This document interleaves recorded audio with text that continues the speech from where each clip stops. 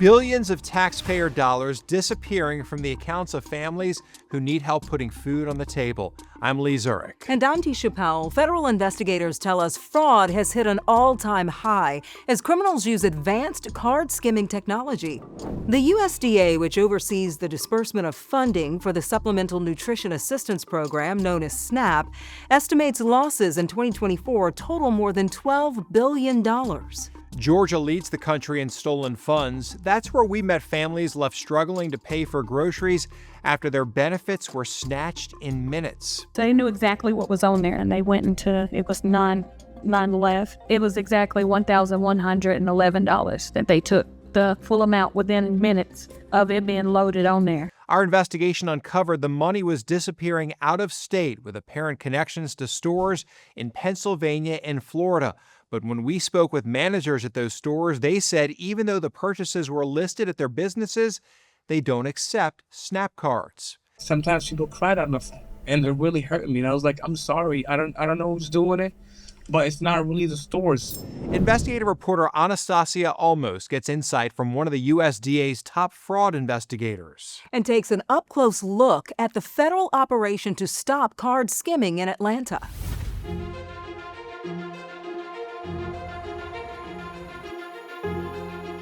You can see a little bit of glue residue where they put it together. Yeah, that's it. This is transnational crime. We're talking hundreds of millions of dollars a year.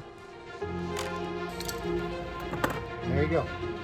It's taxpayer dollars that have literally been disappearing, going overseas. Everywhere. In a rare sit-down interview, I wake up every day saying, what are they going to do to us next? the USDA's chief investigator for SNAP benefit fraud confirms the issue is much bigger than reported. The numbers don't seem to be making sense in terms of what states are reporting for fraud and SNAP benefits to USDA. Secretary Rollins is not taking the statistics that have been reported as gospel now. The USDA's data shows states reported about $250 million in stolen benefits in 2024. But the USDA estimates the real national hit. It could be as high as $12 billion a year. Could be more. We don't know.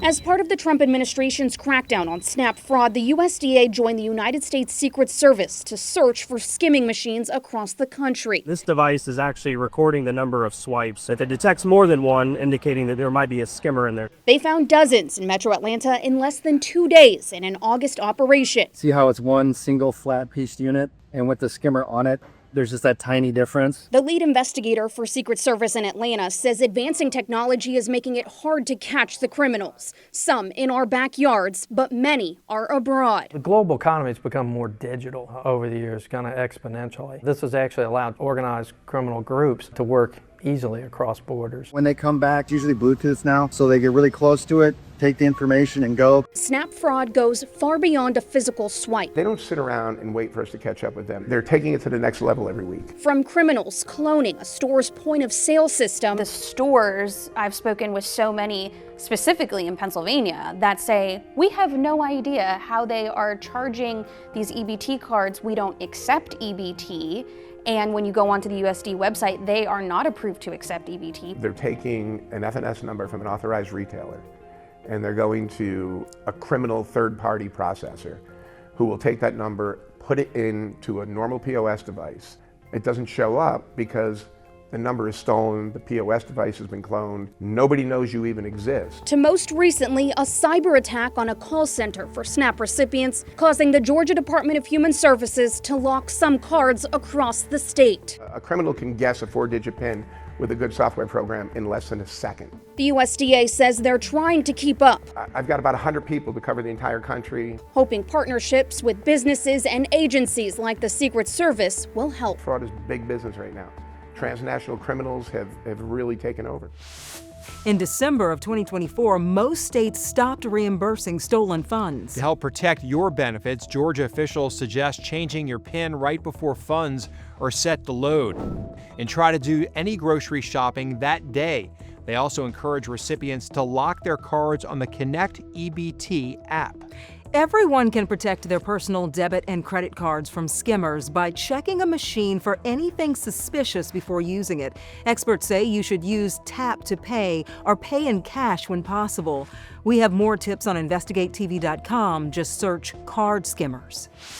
While certain schemes begin with a card skimmer or cloning point-of-sale systems, the Federal Trade Commission reports some of the biggest losses start with a phone call. That's exactly how it began for a Charlotte man who lost more than $1 million. He hopes by sharing his heartache, he can prevent the same thing from happening to others. Investigative reporter Caroline Hicks explains how he was targeted and the steps you can take to protect your digital assets. Gene Duckett wishes he never picked up the phone when it rang one Friday night in March. The guy on the other end says, "Is this Harold?" "I'm Harold Eugene." I said, "Yeah, who's calling?" He said, "My name is Benjamin. I'm from Ledger. Your funds are in danger of being stolen." Ledger is a company that makes hardware wallets for cryptocurrency storage. A secret recovery phrase known as a seed phrase must be typed in to access the funds. He says the person on the phone directed him to a website where he could secure his funds. They said they needed to give me a security code so that I would know what, when someone called back, that it was a correct person. He says when he got a call from a second person who knew the code, he felt comfortable typing his seed phrase into the website. That's when he said he got a call from a third person. He says, "Oh, something went wrong." So as soon as he said that, I looked on the XRP ledger and I had saved my wallet address in there, and all of the funds that were in my wallet were gone. That's when the person on the line hung up. Duckett says he immediately realized his funds had been stolen. It was $1,038,000. It's a lot of money. That's how much it was worth. It is a lot of money. How did that feel? Well, I'm re-experiencing the feelings from that night. My wife was sitting here, and our dog Buddy was in the crate, and he jumped up on the sofa, and Sharon said, "Buddy is shaking." He could feel despair, I guess. Despair, later turning into embarrassment. I've really beaten myself up quite a bit about this. Duckett is hardly alone. In 2024, the FBI Internet Complaint Center received almost 150,000 complaints about cryptocurrency fraud, totaling $9.3 billion in losses. So this is a real global emergency. Ethan Raviv is the CEO of cybersecurity firm Lionsgate Network. Lionsgate Network.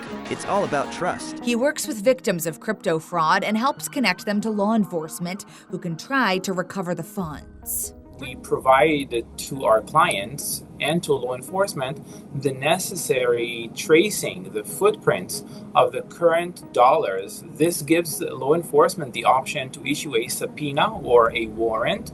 He's currently working on Duckett's case and says he's hopeful to help get his savings returned to him. What are your thoughts that there are people out there that do this to people? Do they have a soul? Every dime that I put into that, I worked for. I traded my time, my sweat, and my effort. The cybersecurity expert told us Ledger has been the victim of at least 2 data breaches, which is likely how Duckett was targeted. A spokesperson for the company said in a statement, "Ledger consistently reminds users that we will never, under any circumstances, ask for their 24 words. We encourage users to exercise vigilance, and we will never contact them by phone." To help protect your money, experts say you should also verify the website you're using to buy crypto is legitimate. It should start with HTTPS. The S stands for secure. Be wary of phone calls from numbers you don't know, even if they know your name or other information about you. And never share your recovery phrase. If you believe you've been scammed, you can report it to the FBI's Internet Crime Complaint Center at ic3.gov.